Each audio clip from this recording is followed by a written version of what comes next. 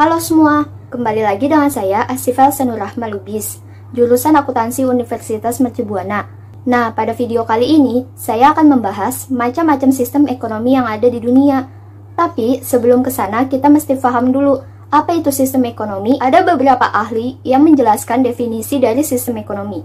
Menurut Gilarso, sistem ekonomi adalah keseluruhan tata cara untuk mengordinasikan perilaku masyarakat dalam menjalankan kegiatan ekonomi, sehingga terbentuk satu kesatuan yang teratur dan dinamis, serta kekacauan dalam bidang ekonomi dapat dihindarkan.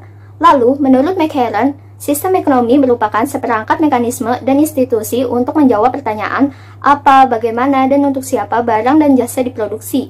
Selain itu, menurut Gregory Grossman dan Emanu, sistem ekonomi merupakan sekumpulan komponen-komponen atau unsur-unsur yang terdiri dari atas unit-unit ekonomi serta lembaga-lembaga ekonomi yang bukan saja saling berhubungan dan berinteraksi, melainkan juga saling menopang dan memengaruhi. Dari beberapa definisi tersebut, dapat kita tarik kesimpulan bahwa sistem ekonomi merupakan cara untuk mengatur dan mengorganisir semua kegiatan ekonomi dalam anggota masyarakat, baik oleh pemerintah maupun pihak swasta, berdasarkan prinsip tertentu demi mencapai kemakmuran dan kesejahteraan. Setelah kita memahami apa itu sistem ekonomi, mari kita lanjut ke macam-macam sistem ekonomi.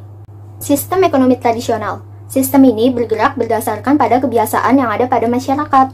Tidak ada aturan yang mengikat untuk melakukan kegiatan ekonomi apapun, selain pada tradisi turun-temurun dari masyarakat itu sendiri. Sistem ekonomi tradisional terjadi atas dasar semangat kekeluargaan dan kejujuran dari setiap individu yang terkait, bergerak sesuai kebutuhan masyarakat sehingga fluktuasinya tidak terlalu dinamis.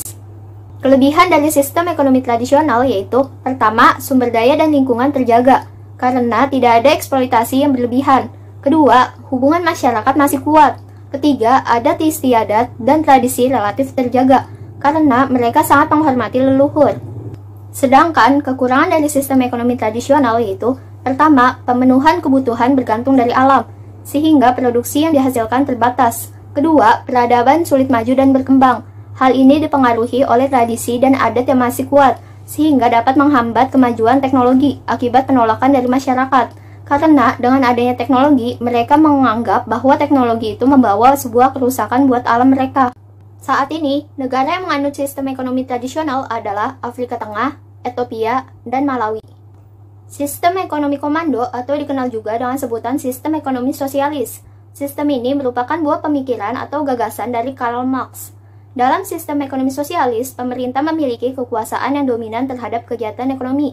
Artinya, semua kegiatan perekonomian dari pusat sampai daerah disesuaikan dengan komando pemerintah. Ibaratnya, pemerintah yang memegang alat, masyarakat yang menggunakannya. Sehingga, sistem ini akan otomatis mengurangi angka pengangguran. Tapi, dibalik itu juga, kebebasan masyarakat akan terhambat atau bahkan tidak ada sama sekali. Kelebihan sistem ekonomi komando atau sistem ekonomi sosialis, yaitu, pertama, ekonomi masyarakat ditanggung pemerintah. Kedua, pemerintah mudah mengendalikan harga dan inflasi. Jadi, untuk masalah kenaikan harga jarang terjadi, bahkan kemungkinan tidak terjadi. Ketiga, kondisi pasar dalam negeri stabil, karena pemerintah menentukan jenis kegiatan produksi sesuai dengan perencanaan. Keempat, relatif mudah melakukan distributif pendapatan. Kelima, jarang terjadi krisis ekonomi karena kegiatan ekonomi direncanakan pemerintah. Sedangkan kekurangan sistem ekonomi komando atau sistem ekonomi sosialis yaitu, pertama, masyarakat tidak memiliki kebebasan di sektor ekonomi. Kedua, terhambatnya inovasi masyarakat. Hal tersebut dikarenakan masyarakatnya terlalu mengandalkan solusi dari pemerintah. Ketiga, rentan apabila ada konflik politik. Hal tersebut dapat mengakibatkan negara tidak mampu memenuhi kebutuhan masyarakat.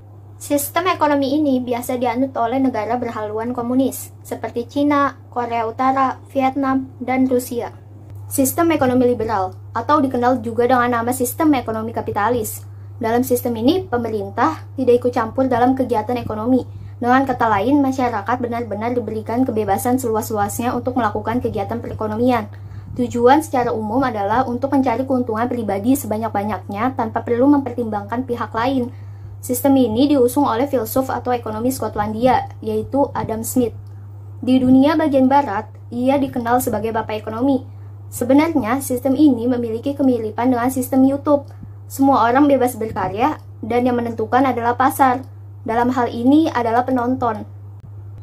Kelebihan dari sistem ekonomi liberal atau sistem ekonomi kapitalis yaitu, pertama, masyarakat memiliki hak yang sama di sektor ekonomi.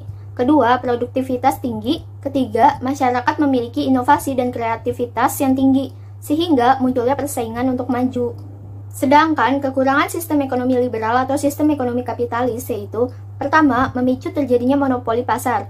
Kedua, terjadi kesenjangan ekonomi yang dalam, sehingga yang kaya semakin bertambah kaya dan yang miskin cenderung tetap miskin.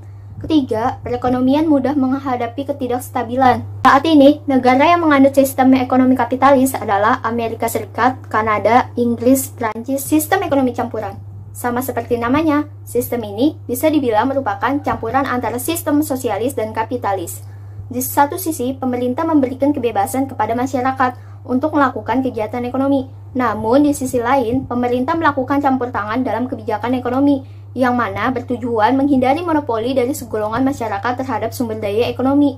Sistem ini bisa dikatakan sebagai jawaban jika sebuah negara berpikir sistem sosialis terlalu mengekang masyarakat dan sistem kapitalis terlalu membebaskan masyarakat. Kelebihan dari sistem ekonomi campuran yaitu, pertama, mencegah adanya monopoli pasar.